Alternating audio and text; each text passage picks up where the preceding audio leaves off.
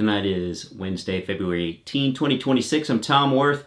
Wanted to put together a quick follow-up of the video I had a few days ago about Rubio's crashing out in Munich with his speech and his panel discussions and interviews over the weekend at the Munich Security Conference. Had quite a bit of activity on this in the comments section, way more than I would expect for a 1,600 view video.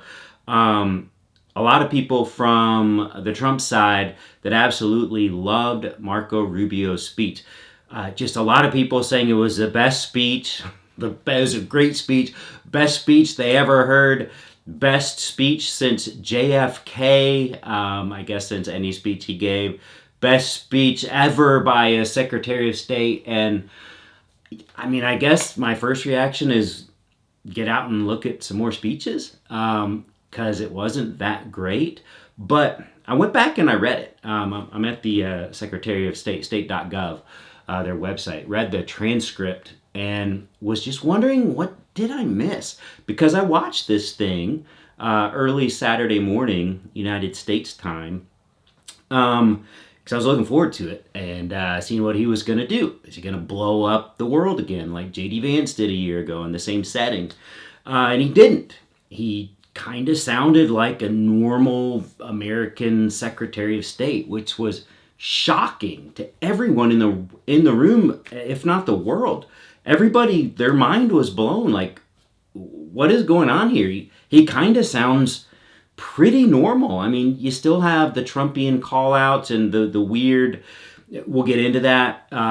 But for a Trump Secretary of State, this sounded shockingly normal. And I think that's what really disarmed everyone. It just caught everyone completely off guard that Trump would allow a speech like this to be made. And it has since come out that Trump did not like this speech.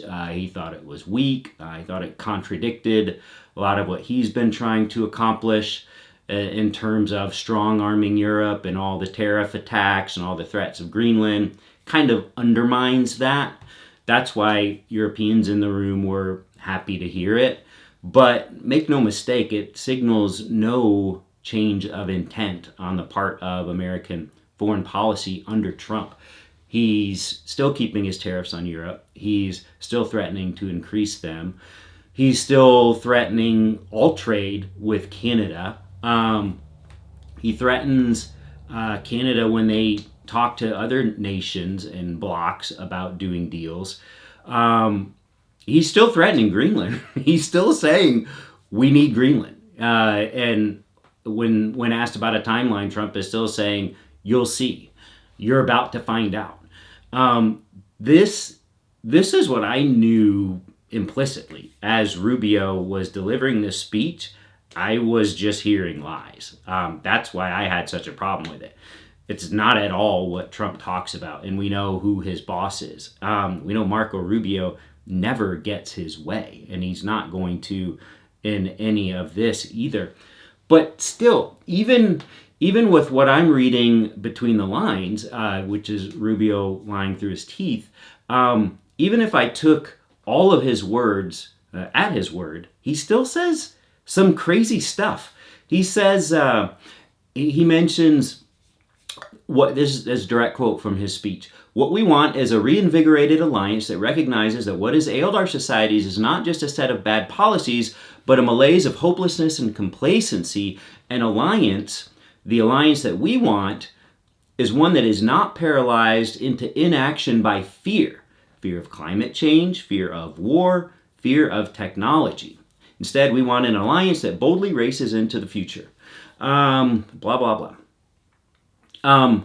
Europe's not paralyzed into inaction by fear of climate change or fear of war. Europe is doing all of these things. Europe is leading the charge for change on climate change, for preparing for climate change, for shifting their entire energy infrastructure over to renewable sources or nuclear. You've got wind, you've got solar. Europe has been doing this for decades. America is the one who is they're not acting like they're scared. America under Trump and Rubio is acting like climate change doesn't exist, and that is frightening. That is really frightening. So that's just an outright lie. And then he also talked, and the Europeans in the room, they already heard Donald Trump make fun of their preparation for climate change and how far ahead of the curve they are. They already heard Donald Trump's lies about China building wind turbines for wind farms in Europe, but not having any in China. China is also, like Europe, converting their entire energy infrastructure over to renewable sources because they know that they were choked out by their own coal. Beijing was in the Olympics. They had to curtail all economic activity in Beijing leading up to the Olympics because they couldn't have the rest of the world experience what people that live in Beijing experience on a daily basis, which is a lot of days they couldn't go outside. They could never go out without a mask just to breathe, but there are days they couldn't go out at all without taking days off of their lives. China saw this years ago and has been converting their own energy infrastructure into renewables for a while now. The U.S. is completely reversed. This is not lost on the Europeans in that room. It was not lost on me sitting in my living room in Texas. It's shocking. Okay, that's climate change. Also, he was talking about not being threatened by your suppliers, your global supply chain, by the sovereignty of your global supply chain. Basically, what he's saying is that Europe has to rely on America for their global supply chain. Rely on each other, of course, but mostly America, not China. This is a veiled threat against China. This is saying you can't depend on the Chinese.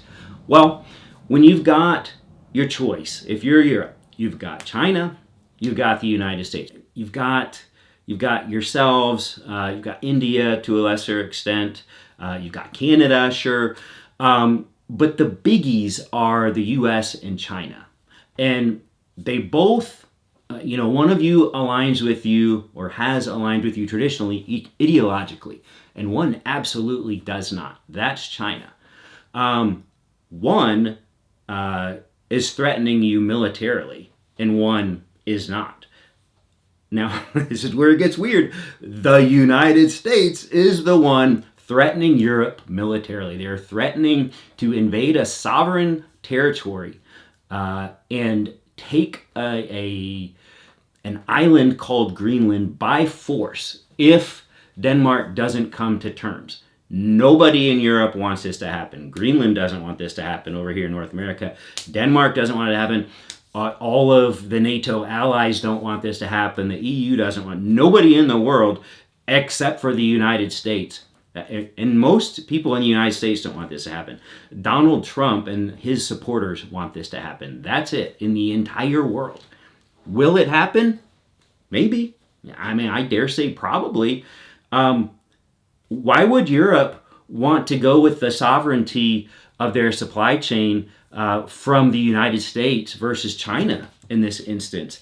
If they're both out to screw you in their own way, but China's cheaper, China's more reliable, they're gonna fulfill their end of the deal. They're gonna come up with their side of the bargain. They're not gonna have Donald Trump tomorrow say, you know what, never mind, we're not doing this anymore. And then next week say, okay, I'll take some of the tariffs off. And then the next week say, you know what, never mind, you got to give me Sweden. China's not going to do that. They can't enforce that militarily. They're not the power that the United States is. So the United States is actually more of a threat to Europe than China is in that regard. This is what Trumpers don't get, is put yourselves in the seat of someone in Europe right now and look at the United States and look at China. Does the United States share your musical tastes and your art tastes? Sure. Is China threatening you militarily in the way that Donald Trump explicitly does? No, they are not. So there's that. And then we've got Yeah, just looking over that one more time. Yeah, there is zero mention of Ukraine in the entire speech. I already knew this, obviously. That's a long speech. Zero mention of Ukraine. The top concern of everyone in that room, the Munich Security Conference, their number one priority, nothing else is even close, is where is the U.S. on Ukraine? Are they going to side with Europe? Are they going to side with Ukraine? Because they sure don't act like it. Marco Rubio's speech made no mention of Ukraine. On that point alone, this speech would get an F. If you're in some sort of public speaking class and your assignment is to talk to Europeans in Munich about the security of Europe and you make no mention of Ukraine, you get an F. I'm sorry, you do. Rubio gets an F in that regard.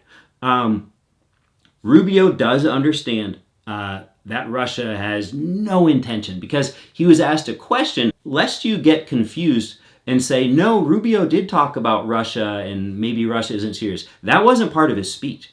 That was in a question immediately following his speech, because it was just this glaring omission. It's the first thing the moderator asked him about, because he didn't mention it.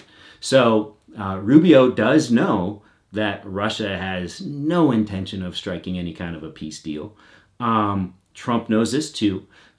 Trump's just trying to get a part of Ukraine for his own development, just like Vladimir Putin is. That's how they're looking at the world. That's why Steve Witkoff is involved with this instead of a serious negotiator. Steve Witkoff's a Florida real estate buddy of Trump.